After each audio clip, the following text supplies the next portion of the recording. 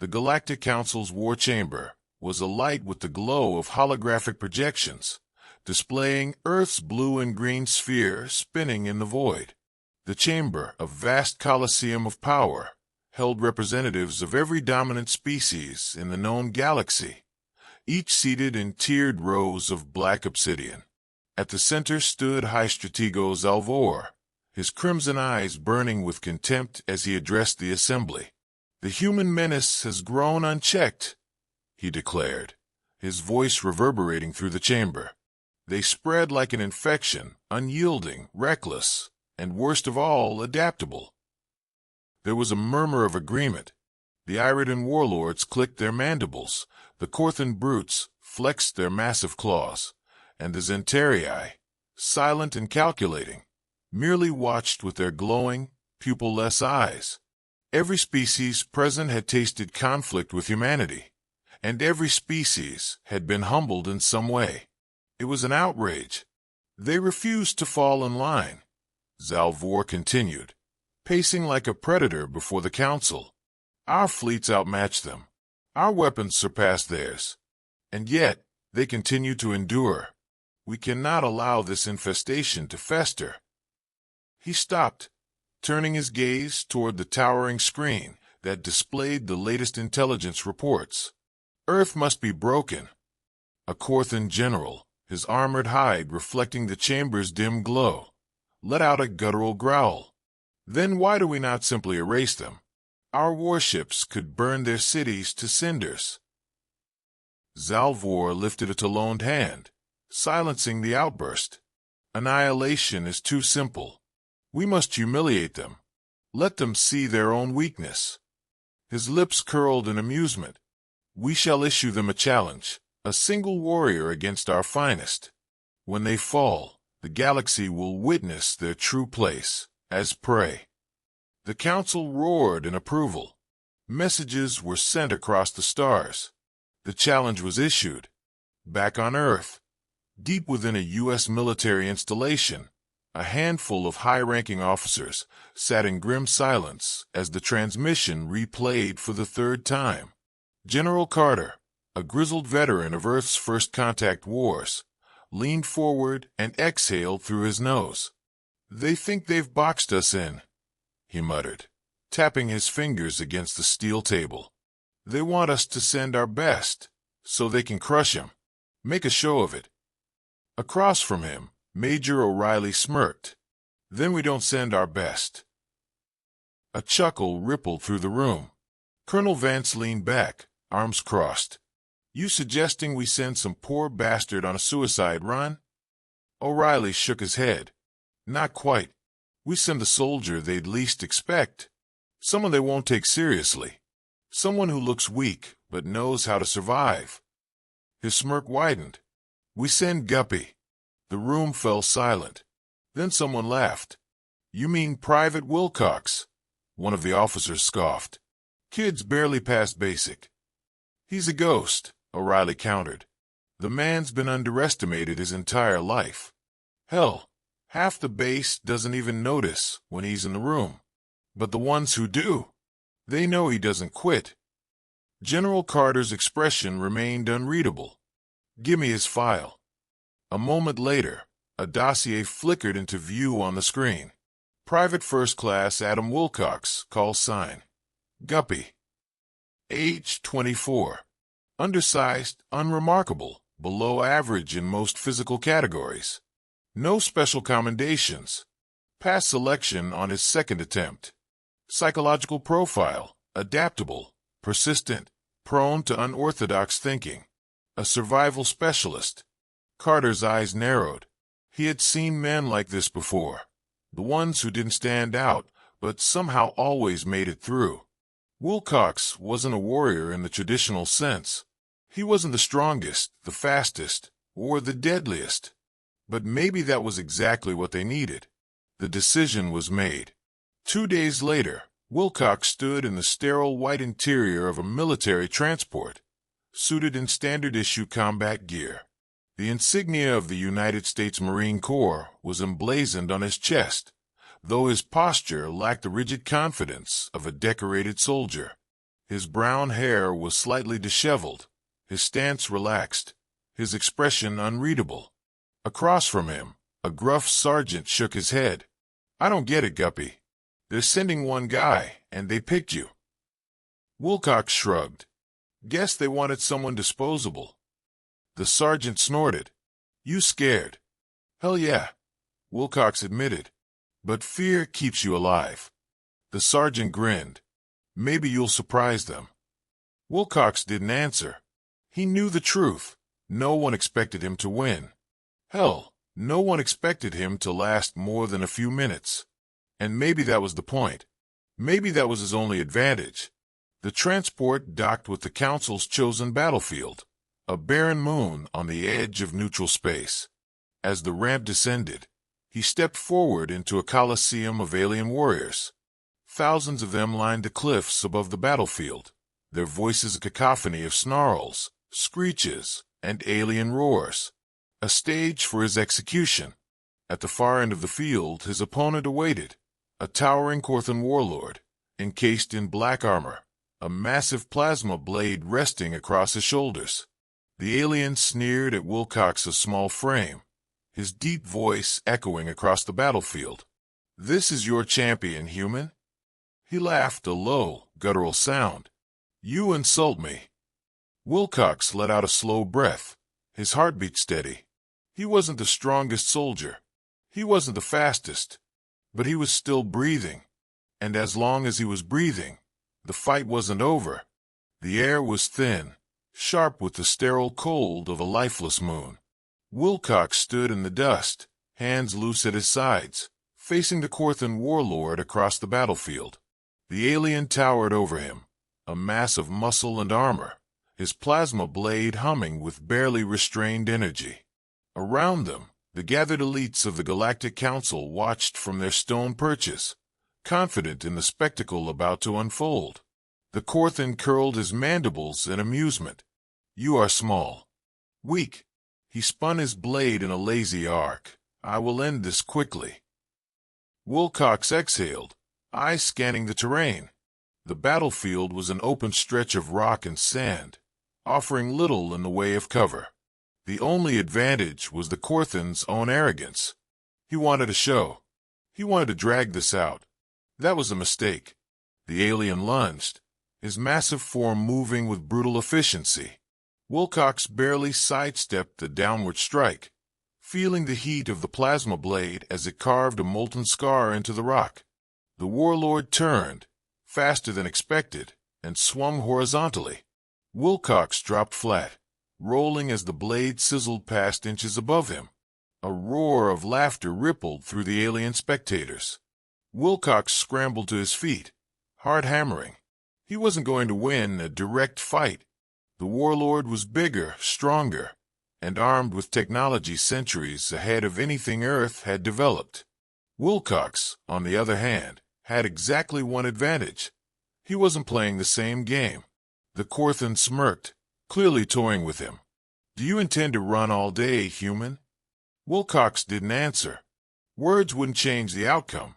Instead, he reached for the small pouch on his belt, palming a handful of fine, silicate dust. His eyes flicked up, gauging the artificial lighting from a floating drones overhead. Just enough backlight. The warlord charged again, and this time, Wilcox stepped toward him. It was a move the alien didn't expect.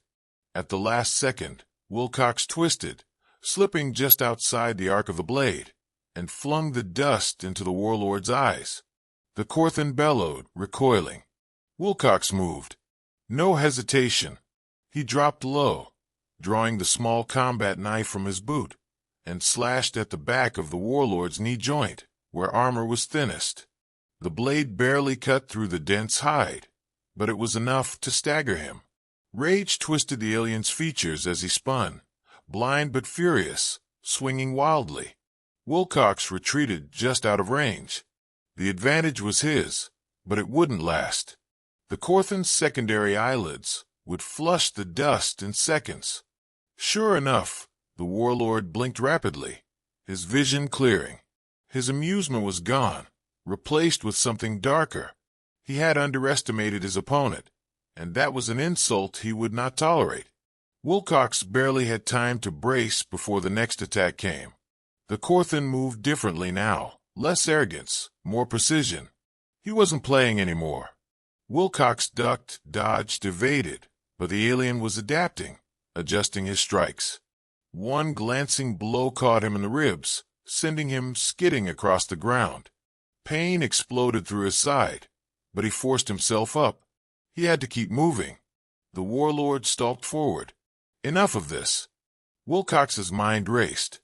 The Corthan was stronger, faster, and now angrier. He needed another edge. His eyes flicked to the floating drones above. Surveillance units. Probably broadcasting live feeds to the council. A weakness. He shifted his stance, feigning exhaustion, letting his shoulders slump slightly. The warlord took the bait, stepping in for the kill. At the last moment, Wilcox twisted and leapt, not toward the alien, but toward the nearest drone. His fingers caught the metallic shell, yanking it down, exposing its internal wiring. Before the warlord could react, Wilcox drove his knife into the circuitry. A surge of static crackled through the air as the drone's control frequencies distorted. The remaining units flickered, their stabilized hover disrupted by the interference. For a split second, the warlord hesitated, thrown off by the sudden shift in lighting and the stutter of his own HUD display. Wilcox seized the moment. He lunged, aiming low. Not an attack, an escape. He slid between the warlord's legs, rolling to his feet behind him, and sprinted toward the rock formations at the battlefield's edge. The warlord roared in fury, slashing blindly at the malfunctioning drones before turning to chase him. Wilcox pushed his body forward, ignoring the pain in his ribs. He wasn't just running. He was leading. Every soldier knew. A fight was just a battle, but survival was strategy. The warlord followed, just as planned. As Wilcox reached the rock formations, he glanced back. The alien was closing fast, but now they were in tighter quarters. The Corthan's size was a disadvantage here. He couldn't swing his blade freely. Wilcox ducked behind an outcrop, catching his breath. He had seconds, maybe less. He reached for the small charge attached to his belt. Standard issue, meant for emergency breaching, but with a bit of ingenuity. It would serve another purpose. He peeled off the failsafe, set the timer for 3 seconds, and wedged it between the cracks in the rock. The Corthan's shadow loomed. Wilcox bolted, sliding down a slope just as the charge detonated. The explosion wasn't powerful, but it was directed. The overhanging rock collapsed, sending a cascade of stone down onto the warlord. The dust settled. The warlord lay buried beneath the rubble. Not dead. Wilcox doubted he was that lucky, but pinned, his armor caught under tons of rock. Wilcox exhaled. He was alive. For now. A deep rumble echoed from the Colosseum above. The alien spectators were no longer amused. The warlord was supposed to have crushed him within moments. Instead, their champion had been outmaneuvered. Wilcox turned, his mind already calculating the next move. This wasn't over. If anything, it had only begun. The dust hadn't fully settled before the warlord moved.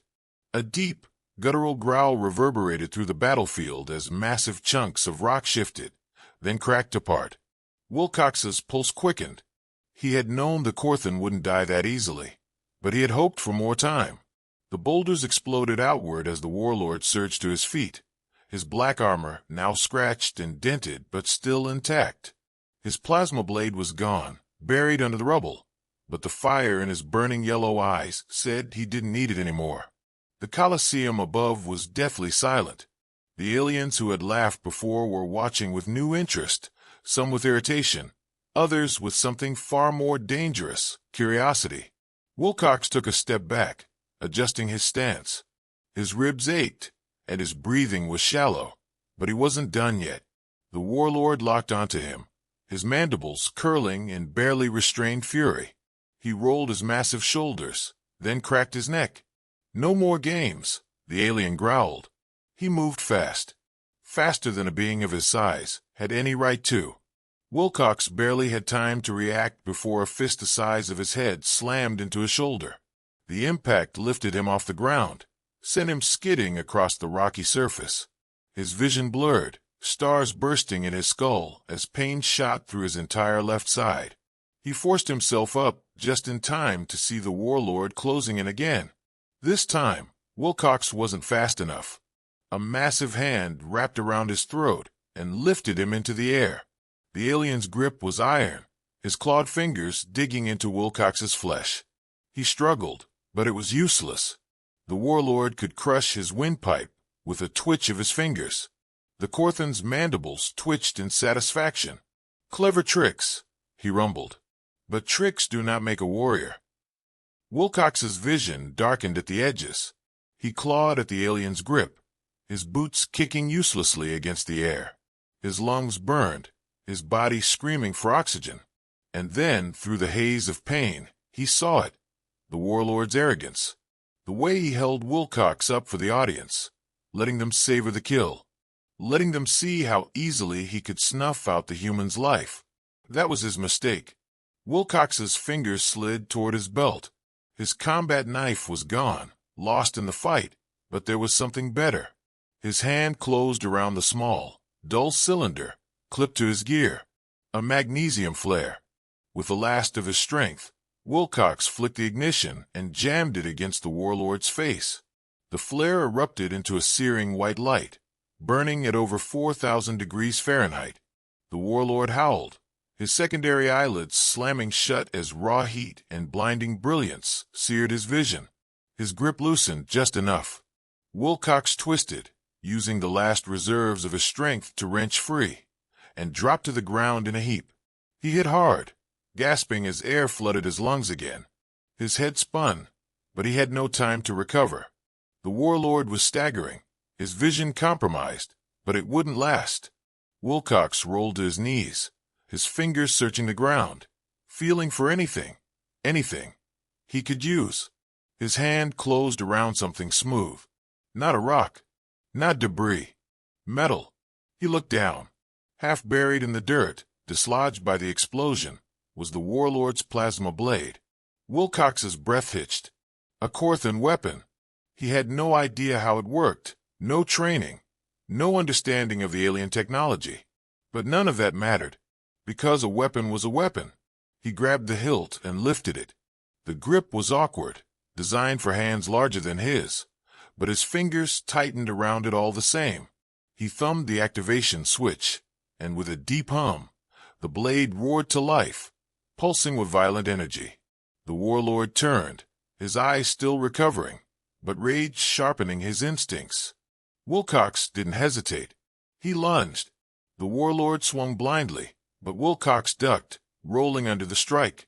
He came up inside the alien's reach, gripping the plasma blade with both hands, and drove it upward, straight through the warlord's exposed side. The blade met resistance, then sank deep. The Corthan's body tensed, his mandibles parting in shock. A strangled noise escaped him as he staggered back. Wilcox ripped the blade free, the edges glowing with residual heat. The warlord dropped to one knee. Blood, thick, dark, and alien, pooled beneath him. He looked up, locking eyes with Wilcox, something almost like disbelief flickering across his face.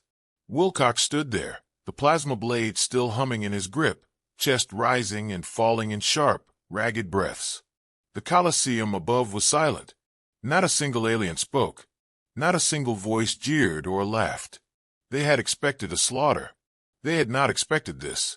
Wilcox didn't move. He wasn't sure if the warlord was dead yet. He wasn't sure if this was over. And then, slowly, the massive alien's head dipped. His mandibles parted slightly in a strange, unreadable expression. A Corthan gesture. Not of submission, but of respect. He slumped forward, motionless. Wilcox swallowed hard, the weight of the moment pressing down on him. Then, from above, the silence broke. A single alien voice let out a guttural cheer. Then another, and another. The Colosseum erupted, not in fury, Not in outrage, but in something older. Something primal. Recognition. Wilcox, still gripping the plasma blade, barely managed to stay on his feet. His body ached, his vision swam, but he forced himself to stand tall. Because in that moment, in the eyes of the galaxy, the weakest human had just become something far more dangerous. The warlord's body had barely hit the ground before the energy shifted. The roar of the crowd wasn't just noise. It was something deeper, something primal. Wilcox could feel it vibrating in his bones, rolling through the alien spectators like a storm, crackling with a mixture of exhilaration and unease. They had come to witness a spectacle, a humiliation. Instead, they had watched their champion fall. And now, they were watching him. Wilcox straightened, his fingers tightening around the plasma blade's hilt. His legs ached, his ribs screamed, and every breath burned. But he forced himself to stand tall, to show no weakness. Whatever happened next, he had no intention of dying on his knees. The high platform above the arena stirred with movement. Alien figures draped in ceremonial robes conferred in hushed tones, their expressions unreadable. The Galactic Council. Wilcox had almost forgotten about them in the chaos of the fight. They were the ones who had orchestrated this, the ones who had declared humanity unworthy, sending him as a sacrificial pawn to make their point. Now, their point had been shattered. A deep, resonant chime rang through the Colosseum, cutting through the cheers. The energy of the crowd shifted again, anticipation replacing excitement. A sleek, metallic drone descended from the platform, hovering just feet from Wilcox. A disembodied voice, cold and measured, echoed through the arena. The human has achieved an unexpected outcome. Wilcox kept his expression neutral. Unexpected outcome. That was one way to put it. The voice continued. By the laws of the Galactic Council, strength determines sovereignty. Victory determines worth. Silence stretched. Wilcox felt his pulse quicken. The human survival necessitates recalibration of our assessment. Murmurs rippled through the gathered aliens. Wilcox didn't react, but his mind raced. They hadn't expected this. They had expected a message of dominance, of control. Instead, they had been forced to acknowledge something they had tried to deny. Humanity wasn't weak. And worse for them, humanity didn't break the way they had assumed. A different voice, gruffer, more organic, barked from the Council's platform. This thing does not prove humanity's strength. It proves trickery, deception. Wilcox let out a slow breath, keeping his stance steady. That was how they wanted to frame it. That he had cheated. That his victory wasn't real. He looked around the Colosseum, scanning the crowd. The Corthan warriors, once so certain of their own superiority, were watching him differently now. Some with scorn, others with calculation, and a few with something close to admiration. They had seen the fight. They had seen what had happened. Trickery or not, he had faced their strongest and survived. Wilcox lifted the plasma blade, letting the energy hum in his grip. Then, with slow deliberation, he deactivated it. The weapon's glow vanished, leaving only silence in its wake. He tossed it onto the ground beside the fallen warlord. A statement. He didn't need their weapons. He had already won. A murmur spread through the crowd again, deeper this time. The Corthan had their own traditions, their own unspoken rules of battle. Wilcox didn't fully understand them, but he understood enough. The warlord had died fighting. That meant something. And by defeating him, Wilcox meant something now, too. The cold, mechanical voice spoke again. The human has proven resilience. There it was. The first crack in their certainty. Wilcox remained silent, letting them wrestle with what had happened. He had no authority here. No power. But that didn't mean he was powerless. Finally, a different figure stepped forward on the platform. A thin, reptilian alien, its yellow eyes narrowing. Human, it said, voice thick with contempt. You have upset the balance. You have forced reconsideration. It tilted its head slightly. Tell us, what does humanity demand? Wilcox almost laughed. Humanity hadn't demanded anything. The Council had been the ones who launched an all-out attack. expecting Earth to submit or burn. And when they had demanded Earth send a warrior to prove its worth, they had sent him, the weakest, a man with no enhancements, no special abilities, no super soldier status. And yet here he was. Wilcox rolled his shoulders, ignoring the pain. He met the reptilian's gaze and spoke, his voice hoarse but firm. Humanity doesn't demand anything. He let that settle before continuing. But we don't kneel. The words hung in the air, heavier than any weapon. The council conferred again, their voices low and tense. Wilcox could see it now, the cracks forming in their certainty, in their carefully controlled hierarchy. They had come to prove humanity's insignificance. Instead, they had been forced to acknowledge its presence. Finally, the mechanical voice declared, humanity will be recognized as a sovereign force. No further actions will be taken against their species at this time. Wilcox gave a small nod, but he didn't let himself relax. This wasn't a victory. Not yet. The crowd shifted as figures moved toward the arena's gates. Corthan warriors. They stepped forward, 2 at first, then 3, then a half-dozen. Wilcox tensed, his muscles coiling for another fight. But then, the first warrior, a hulking brute with deep scars across his chest, clenched his fist and struck it against his own armor. A salute. The others followed. Wilcox exhaled, slow and controlled. They hadn't just watched him fight. They had seen him. And in their own way, they had accepted him. The council's platform rose higher. Retreating from the Colosseum, their decision made. The drones withdrew, the spectators slowly dispersing. But Wilcox remained still for a moment longer, staring at the warlord's fallen form, at the plasma blade still lying beside him. Then, without a word, he turned and walked away. The weakest soldier had stood alone against the galaxy's mightiest. And he had won.